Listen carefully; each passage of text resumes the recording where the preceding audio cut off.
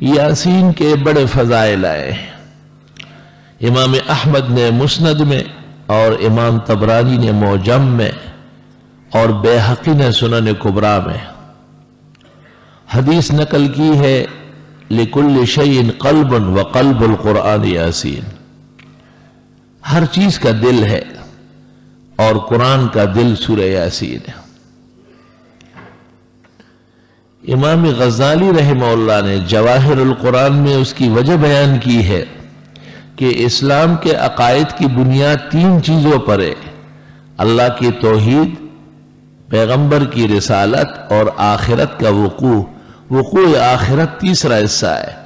اور وہ دل کی حیثیت رکھتا ہے، اور وہ مکمل اس صورت کے اندر بیان ہوا ہے۔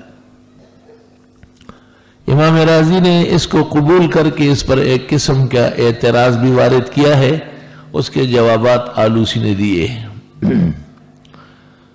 اور اخیر میں لکھا کہ فلا وجہ لما اعترض علیہ الفخر، پس کوئی بنیاد نہیں ہے اس اعتراض کی جو فخر الدین نے غزالی پر عائد کی ہے۔ علماء نے عجیب بات لکھی ہے کہ جیسے انسان کا دل اس کی لمبائی کے اعتبار سے اور اوپر سے نیچے کے اعتبار سے ایک خاص محل میں واقع ہے، قرآن کریم فاتحہ سے والناس تک دیکھا جائے تو یاسین اس جگہ واقع ہے جس جگہ سینے میں ہمارا دل واقع ہے۔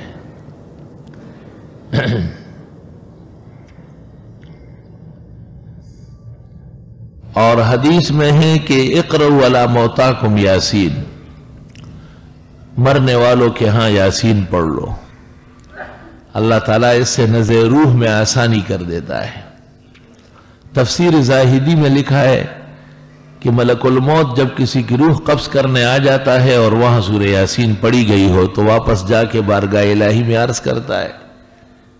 کہ میں اس کی روح کیسے قبض کر لوں، وہ سورہ یاسین پڑھ چکا ہے۔ وہ سورۃ یاسین کے ایک ایک حرف پر اتنے فرشتے نازل ہو کے وہاں موجود ہے، تو اللہ تعالیٰ جنت کا فرشتہ رضوان کو بھیج دیتا ہے، اور وہ اس شخص کو آ کے جنت کے ایک ایک درجے اور نعمت کی خوشخبری دے دیتا ہے کہ جنت بالکل منتظر ہے اور دیر ہو رہی ہے، تو یوں وہ خوش ہو کر کے روح دے دیتا ہے۔ سورۃ یاسین ہر مشکل کے حل کا علاج ہے، اور اس میں 3-4 روایتیں، ایک روایت میں ہے کہ ایک دفعہ یاسین پڑھنا 2 قرآن کے برابر ہے، دوسری روایت میں ہے کہ جو فجر کے بعد یاسین پڑھ لے 10 قرآن کے برابر ہے، اور تیسری روایت میں ہے کہ ایک دفعہ سورہ یاسین کی تلاوت 25 دفعہ قرآن کریم پڑھنے کے برابر ہے۔ سورۃ یاسین رات کو پڑھنا علیحدہ عمل ہے، اس کی علیحدہ برکات ہے، جیسے عزت کا تحفظ، رزق کی برکت، مصیبتوں کا ٹل جانا، پریشانیوں کا دور ہونا، مشکلات کا حل ہونا، یہ رات کے پڑھنے کا عمل ہے، اور جتنی دیر سے پڑھی جائے اس قدر مؤثر ہے۔ اور دن کے اندر پڑھنے سے فتوحات ہوتی ہے، مرادیں ملتی ہے، آدمی پر کسی کا غلبہ نہیں ہو سکتا ہے۔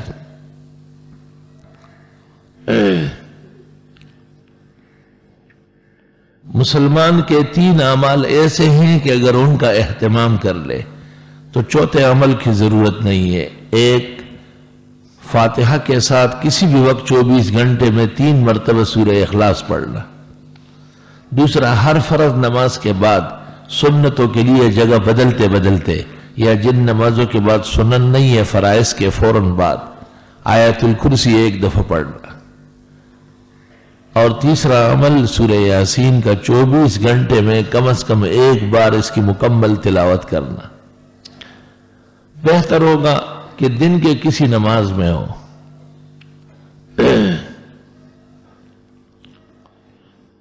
اس پر کلام ہے کہ یاسین کیا چیز ہے، تو 2 قول مشہور ہے، ایک یہ کہ اسم من اسماء اللہ اور سر من الاسرار، اس معنی میں جس طرح الف لام میم و الف لام را ہے اس طرح یاسین۔ اور دوسرا قول یہ ہے کہ طٰہٰ اور یاسین حضرت صلی اللہ علیہ وسلم کے اوصاف جمیلہ ہے، جیسے مزمل اور مدثر ہے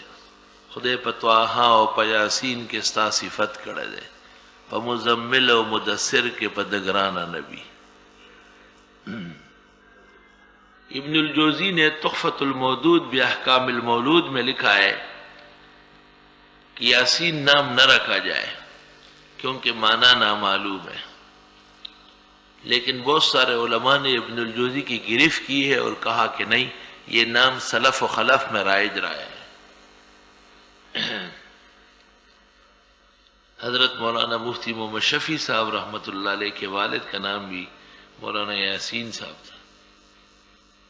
اور جس تاریخ کو مفتی محمد شفیع نے سورہ یاسین کی تفسیر لکھنی شروع کی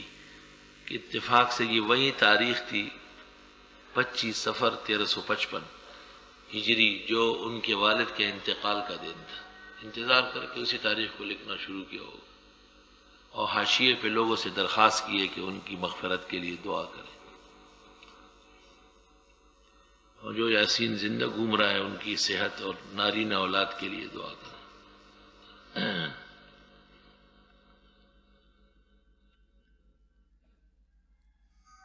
بعض قوموں کے ہاں اس کے ساتھ کچھ تعظیمی القاب پڑھے جاتے ہیں. یاسین پر ڈیر عزت، یاسین پر حرمت، یہ بالکل غلط اور بے بنیاد اور تحریف فی الدین ہے. علماء کو اور